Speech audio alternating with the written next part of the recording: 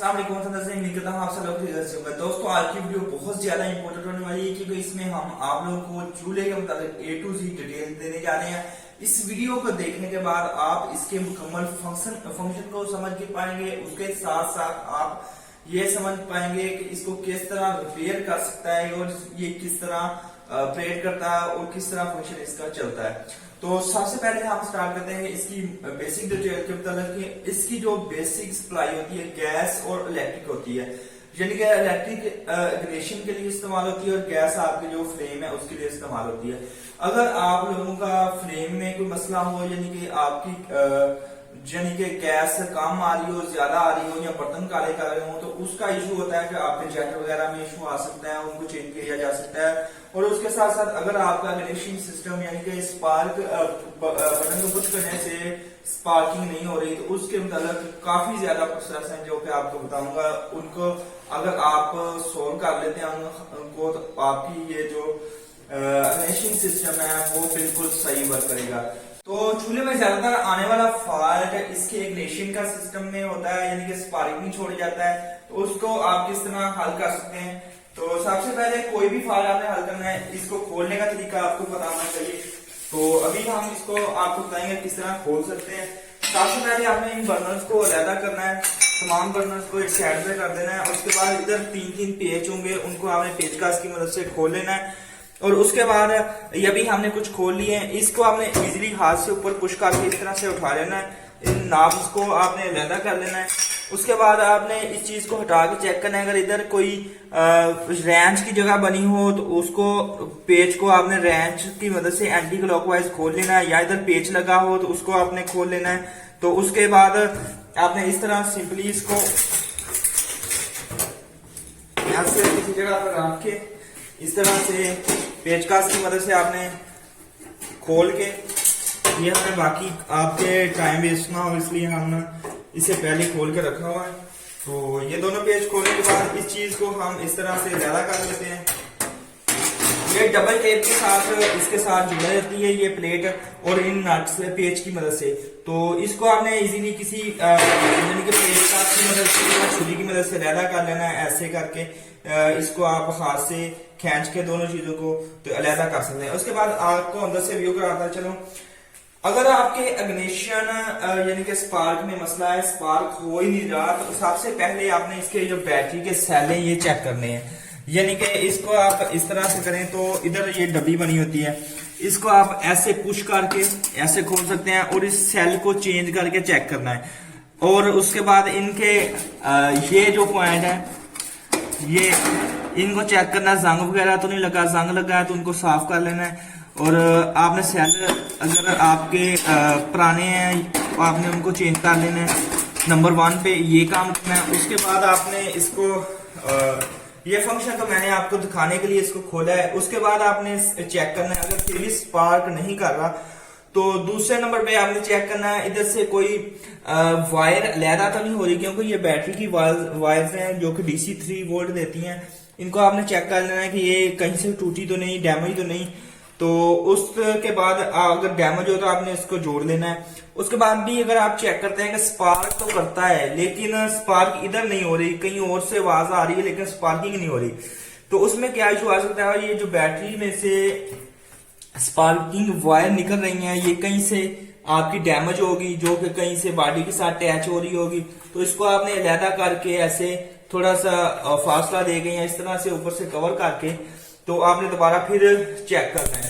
तो अगर फिर भी ये इंशाल्लाह ये अगर ये स्पार्किंग का मसला हुआ, ये स्पार्किंग हो रही है लेकिन इधर नहीं हो रही, तो ये मसला हल हो सकता है। अगर फिर भी नहीं हो रहा तो फिर ये बर्नर जो है इसमें आपका फॉल्ट हो सकता है। नंबर 1 पे आपने इसी को 2 पे इसी को चेक करना है। ये चीज अगर आप चेक करना तो ये इधर चेक करो, इसको पुश करने से ये स्पार्किंग हो रही है। अगर ये स्पार्किंग नहीं हो रही तो ये अगर इसको हम अलहदा करते हैं तो फिर भी ये स्पार्किंग नहीं हो रही, नीचे स्पार्किंग हो रही है, ऊपर नहीं हो रही। तो इसको अगर हम ऊपर दोबारा लगाते हैं तो ये स्पार्किंग शुरू होगी। तो अगर आपकी ये चीज गुम जाती है तो उसका भी सोल्यूशन ये है कि आप किसी भी वायर को थोड़ा सा इधर से इसके साथ बांध के स्टील हार्ड वायर को, लोहे की को, तो इसके थोड़े करीब ले आए। यानी कि अगर ये हमारे लोहे की चीज है, इसको हमने इसके करीब ले आए तो ये इसके साथ स्पार्क करना शुरू हो गई। तो इस तरह आप इसको सेट कर सकते हैं। उसके साथ साथ यानी कि इसकी स्पार्किंग चालू हो जाएगी। तो अगर ये हमारा एक सोल्यूशन होगा। अगर सेल भी चेंज किया, तारें भी सारी ये जुड़ी हुई हैं, फिर भी आपका ये सिस्टम स्पार्क नहीं कर रहा, तो फिर इस पॉइंट को आपने इधर से इनको खोल लेना है। खोल के आपने पेचकस की मदद से, यानी कि बाज़ औक़ात इधर कोई ऑयली चीज गिरती है या चिकनाई वगैरह की, तो इधर कार्बन आ जाता है, कचरा आ जाता है, जिसकी वजह से ये सिस्टम आपका डिस्टर्ब हो सकता है। तो अभी सिंपली आपको समझाने के लिए इधर फोकस करना दिखाता हूँ कि ये जब हम इसको नीचे पुश करते हैं ना, तो ये चीज इसके साथ अटैच हो जाती है। यानी कि एक बार जो हमारी है ना वो ऑलरेडी इसके साथ है, ये एक समझ लें तो ये न्यूट्रल है और ये हमारी फेस है, यानी कि ये जो जा रही है। तो जब हम इसको नीचे पुश करते हैं तो दोनों तारें आपस में मिलती हैं। समझ लें कि एक सिग्नल बनता है जो इधर जाता है और इधर से फिर ये स्पार्किंग शुरू हो जाती है। तो आपने पहले इसके ऊपर जो ये वाशर है, ये वाली लॉक, इसको खोलना है। उसके बाद इसे खोलना है। उसके बाद आप इन दो पेचों को खोल के अच्छे से साफ करके दोबारा टाइट कर देंगे, जिससे कि फिर आपका ये सिस्टम भी ठीक हो सकेगा। ये देखें, ये भी बार बार स्पार्क शुरू हो गया। ये नीचे भी करते हैं फिर भी स्पार्क, ये आपको नजर आ रहा होगा। यानी कि जब ये वायर इसके साथ अटैच होती है फिर स्पार्किंग आपकी होती है, सिग्नल आपका आगे जाता है और ये स्पार्किंग शुरू हो जाती है। तो इधर आपका फॉल्ट हो सकता है। उसके बाद अगर फिर भी आपका ये स्पार्किंग सिस्टम वर्क नहीं कर रहा, ये तीन चीजें आपने सप्लाई भी चेक कर ली, उसके बाद आपने इस वायर को भी तो तब चेक करना अगर स्पार्क हो रहा हो लेकिन इधर पहुंच ना रहा हो। इस चीज को भी आपने अच्छे से साफ कर लिया, ठीक है, ये वायर भी ओके कर ली। इस तमाम तरह चीजों को आपने अच्छे से कवर कर लिया, फिर भी स्पार्क नहीं हो रही, तो फिर इस इग्निशन, ये चीज जो इग्निशन पैदा करती है ना, स्पार्किंग करती है, इसमें फॉल्ट हो सकता है। तो इसको आप मार्केट से नया परचेज करके इधर फिक्स कर सकते हैं। ये जैसे देख सकते हैं इन्होंने ये एक न्यूट्रल तार जो है ना उसको इसके साथ अटैच किया, यानी सारी बॉडी न्यूट्रल है और ये एक फेस के तौर पे ये चीज और ये चीजें काम करती है जो कि इधर स्पार्किंग पैदा करती है। जब इसको इधर से स्पार्क करने के लिए कोई चीज नहीं मिलती तो फिर ये नीचे से स्पार्क करना शुरू कर देती है। ये देखें, ये इधर नीचे से कहीं से जिधर से इसको जो मेटल की चीज नजदीक पड़ती है उधर से स्पार्क करना शुरू कर देती है।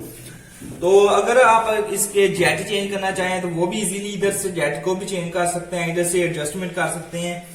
अगर आपके बर्तन काले हो रहे हैं तो उनको यानी कि आप जेट का इशू है, आप जेट को चेंज करेंगे। एलपीजी वाले जेट लगाए हैं तो उनको उस जेट्स को आप रिप्लेस कर सकते हैं या उसकी खोल के सफाई कर सकते हैं, जिसके फ्लेम में काफी ज्यादा बेहतरी हो सकती है। अगर आपका यानी कि नेचुरल गैस वाला चूल्हा है उसको आप एलपीजी पे कन्वर्ट करना चाहते हैं फिर भी आपको ये जेट्स चेंज करना पड़ेंगे।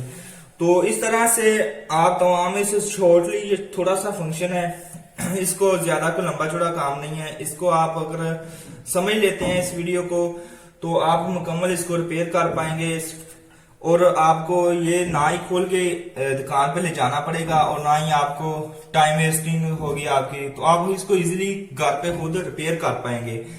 तो दोस्तों अगर आप लोगों को ये हमारी वीडियो अच्छी लगे तो प्लीज इसे लाइक कर दें, शेयर कर दें और हमारे चैनल को सब्सक्राइब कर दें, बेल के आइकन को प्रेस कर दें ताकि हमारी हर नई वाली वीडियो का नोटिफिकेशन सबसे पहले आपको मिल सके।